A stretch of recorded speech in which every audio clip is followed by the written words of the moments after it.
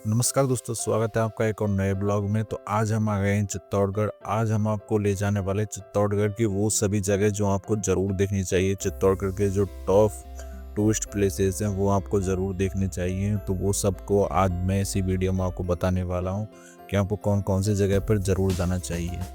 तो चलिए वीडियो को शुरू करते हैं।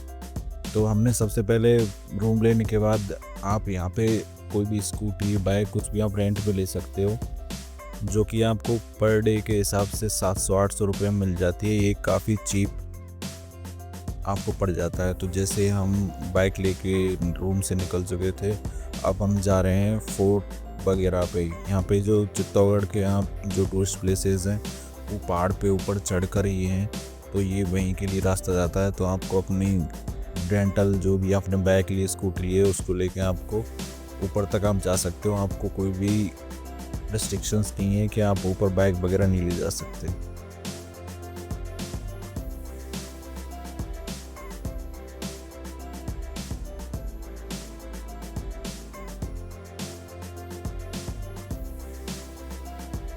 तो दोस्तों अभी हम ऊपर आ चुके हैं और देखो यहाँ से चित्तौड़गढ़ कितना सुंदर लगता है। पहाड़ के ऊपर से बहुत ही सुंदर लगता है। यहाँ पे दुर्ग की तकरीबन 7 से 8 किलोमीटर की चढ़ाई है। तो आप यहाँ से बाइक वगैरह से या फिर आप अगर ऑटो वगैरह भी लाना चाहते हो तो आप ऑटो वगैरह रेंट करके यहाँ पे ला सकते हो।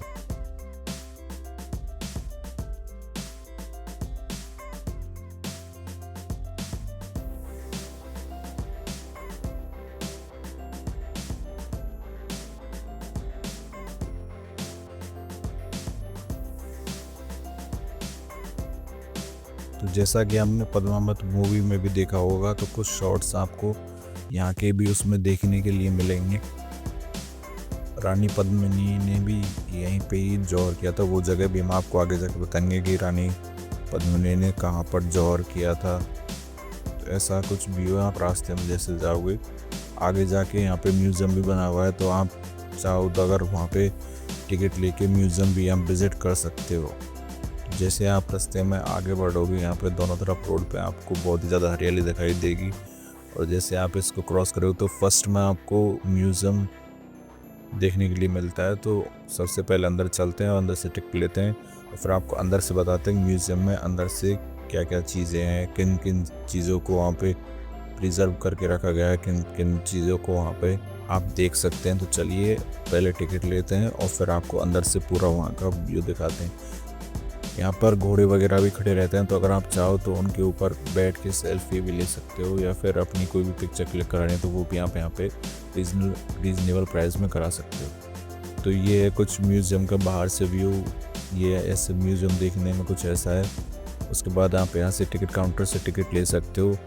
यहाँ से टिकट लेकर आप जैसे अंदर जाओगे, अंदर जाके आपको यहाँ पे पूरे महल का जो मॉडल है वो भी दिया हुआ है कि किस प्रकार से बना हुआ है, क्या इसका डिज़ाइन है, पूरा आप यहाँ पे देख सकते हो। इसका एक प्रोजेक्ट डेमो भी यहाँ पे दिया हो। जैसे आप यहाँ पे देखोगे तो यहाँ पे बहुत सारी बंदूकों को भी संरक्षण करके रखा हुआ है।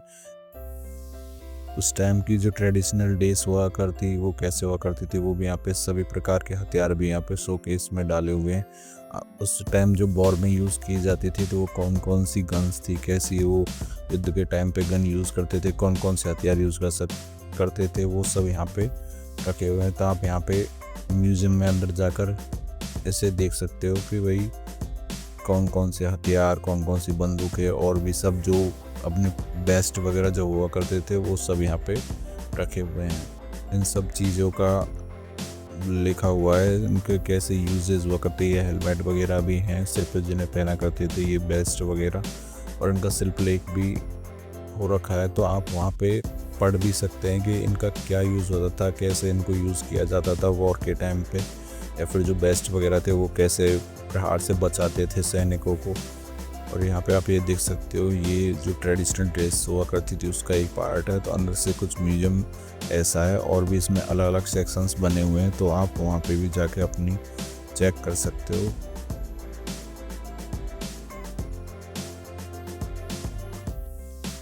दूसरी जो जगह है वो है चित्तौड़गढ़ का किला। तो हम अब चित्तौड़गढ़ के किले पे आ चुके हैं। तो जैसे आप यहाँ से एंट्री लोगे, यहाँ पे आपको कोई टिकट लेने की आवश्यकता पड़ती है। तो टिकट यहाँ पे आपको बहुत ही सस्ता ₹50 का मिलता है, तो आप यहाँ से टिकट लेके अंदर जा सकते हो। बिना टिकट के आपको अंदर एंट्री नहीं मिलेगी, आप सिर्फ बाहर से इसको देख सकते हो। तो ये जैसे आप इसके अंदर जाओगे तो आप यहाँ पे देख सकते हो दोनों साइड वॉकवे की साइड में गार्डन बना हुआ है जो कि बहुत ही सुंदर लगता है। और अंदर जाके यहाँ पे आपको पद्मिनी महल भी देखने को मिलेगा, जहाँ पे रानी पद्मिनी रहा करती थी, जैसा कि उस पद्मिनी मूवी में भी दिखाया गया है, पद्मावत मूवी में भी दिखाया गया है कि जब अलाउद्दीन खिलजी आता है रानी पद्मिनी को देखने के लिए तो उसको कहाँ भोजन कराया जाता है और कहाँ से वो पर्दे पे दिखाई देते हैं। तो वो कहाँ से दिखाई देते हैं वो आपको अभी मैं अंदर चल के बताऊँगा कि वो कहाँ से अलाउद्दीन खिलजी रानी पद्मिनी को देखता है पर्दे पर। चलिए अभी अंदर चलते हैं और फिर आपको बताते हैं कि कौन सा महल है जो जिसमें रानी पद्मिनी रहा करती थी। आपको यहाँ पे आने पर एक बात तो है कि आप यहाँ पे आपको एक अलग ही शरीर में जोश महसूस होता है, क्योंकि आपको भी पता है कि टाइम के जो राजा महाराजा हुआ करते थे वो बहुत ही स्ट्रांग हुआ करते थे, जिन्होंने अपने मान आन सम्मान के लिए कभी वो किसी के सामने झुके नहीं, चाहे उन्होंने अपना बलिदान ही क्यों नहीं दे दिया हो, चाहे उन्होंने मरना ही स्वीकार किया, लेकिन वो किसी के सामने कभी झुके नहीं। और इसी की वजह से चित्तौड़गढ़ भी पन्नों में अमर हो गया वीरों के लिए, वीरों की भूमि के नाम से। तो ये कुंड हुआ करता था। फिलहाल तो इसमें अभी पानी कम है, सूख गया है, लेकिन बरसात के टाइम पे ये पानी से भरा हुआ रहता है। तो इस कुंड पे आपने देखा होगा वो ऋषि जो बांसुरी बजाते रहते हैं, जो महाराजा रतन सिंह के गुरु होते हैं, वो इसी कुंड पे बैठ के बांसुरी बजाया करते थे। तो अभी आपको ले चलते हैं अंदर और आपको दिखाते हैं कि रानी पद्मिनी का महल कौन सा था। जैसे आप यहाँ से सीढ़ियों से एंटर करोगे तो आपको यहाँ पे जो एक तरीके से जो उस टाइम का डाइनिंग एरिया हुआ करता था वो यही है। तो इसके अंदर आप यहाँ पे देखोगे तो ये वही जगह है जहाँ पे अलाउद्दीन खिलजी को भोजन के लिए निमंत्रण दिया गया था। जो आप ये सामने देख सकते हो, ये जो वाइट कलर का आपको जो महल दिख रहा है, इसमें रानी पद्मिनी रहा करती थी। तो जैसे ही टाइम अलाउद्दीन खिलजी भोजन करने के लिए आए थे तो रानी पद्मिनी इस महल की सीढ़ियों पर आके बैठ गई थी, और कहा जाता है कि वो इतनी सुंदर थी कि जैसे उनको पानी पर रिफ्लेक्शन पड़ा तो वही रिफ्लेक्शन सामने के पर्दे पर अलाउद्दीन खिलजी को दिखाई दिया था।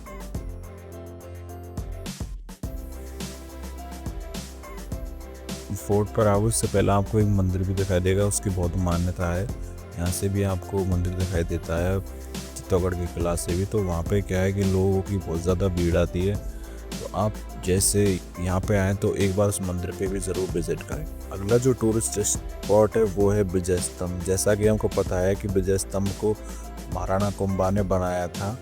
जब उन्होंने गुजरात के ऊपर विजय की थी तो उन्होंने विजय मतलब एक तरह के विक्ट्री की याद में या फिर विक्ट्री के सेलिब्रेशन को बनाने के लिए भगवान विष्णु को इससे समर्पित किया था।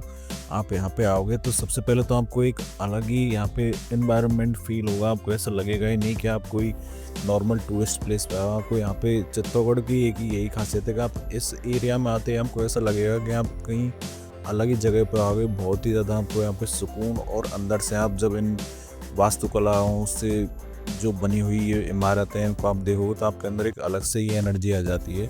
बाकी आपको यहाँ पे फ़ोटोग्राफ़र भी मिल जाता है अगर आप अपनी कोई भी फ़ोटो निकलवाना चाहते हैं, या फिर एज अ मेमोरी आप कैमरा से फ़ोटो कैप्चर करवाना चाहते हैं तो वो भी आप एक प्राइस देकर यहाँ पे अपना फ़ोटो क्लिक करवा सकते हो।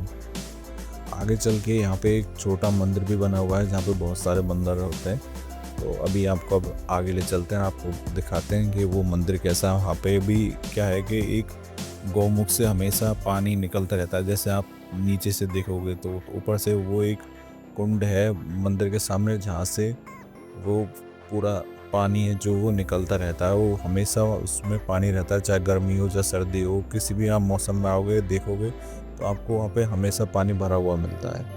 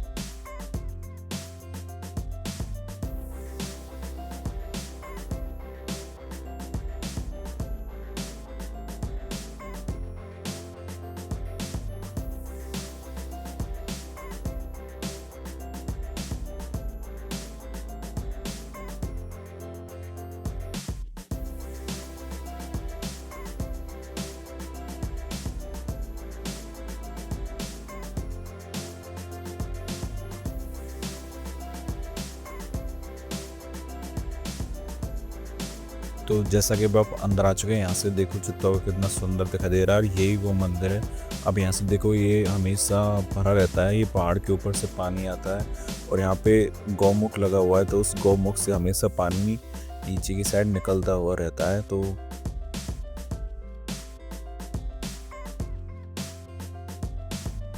दोस्तों ये है मीरा मंदिर। ऐसा कहा जाता है कि मीरा मंदिर इसलिए बनाया गया था क्योंकि जब मीराबाई की शादी महाराणा कुंभा के पुत्र से हो गई थी भोजराज से, तो उन्होंने सब के जो राजमहल के सुख थे उन सबको छोड़कर उन्होंने यहीं पे श्री कृष्ण की भक्ति की थी और यहीं पे वो रहा करती थी। तो यहाँ पे श्री कृष्ण का भी मंदिर बना हुआ है और यहीं पे ही मीराबाई का मंदिर बना हुआ है। तो दोस्तों मीरा मंदिर से हमें ये भी सीखने को मिलता है कि सच्चा प्रेम और भक्ति हर बंधन से बहुत ऊपर होता है। तो दोस्तों ये था मेरा आज का ब्लॉग। अगर आपको ब्लॉग अच्छा लगा हो तो कमेंट करना ना भूलें, शेयर करें, सब्सक्राइब करें। बाकी मिलते हैं अगली वीडियो में किसी नए टॉपिक के साथ। तब तक के लिए जय हिंद।